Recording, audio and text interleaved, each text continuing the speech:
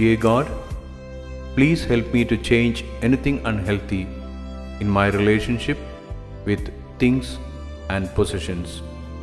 Help me to be generous with others. Amen. പ്രിയ പിതാവേ, വസ്തുക്കളോടും സമ്പാദ്യത്തോടും എനിക്കുള്ള മനോഭാവത്തിൽ ആരോഗ്യകരമല്ലാത്ത എന്തെങ്കിലും ഉണ്ടെങ്കിൽ അത് മാറ്റാൻ എന്നെ സഹായിക്കണമേ. മറ്റുള്ളവരോട് ഉദാരമനസ്കതയുള്ളവനാകാൻ എന്നെ സഹായിക്കണമേ. ആമേൻ. എക്ലേസിയാസ്റ്റിസ് 1:18. For with much wisdom comes much sorrow. The more knowledge, the more grief. സഭാപ്രസംഗി 1:18. ജ്ഞാനബാഹുല്യത്തിൽ വ്യസനബാഹുല്യം ഉണ്ട്. അറിവ് വർദ്ധിപ്പിക്കുന്നവൻ ദുഃഖവും വർദ്ധിപ്പിക്കുന്നു.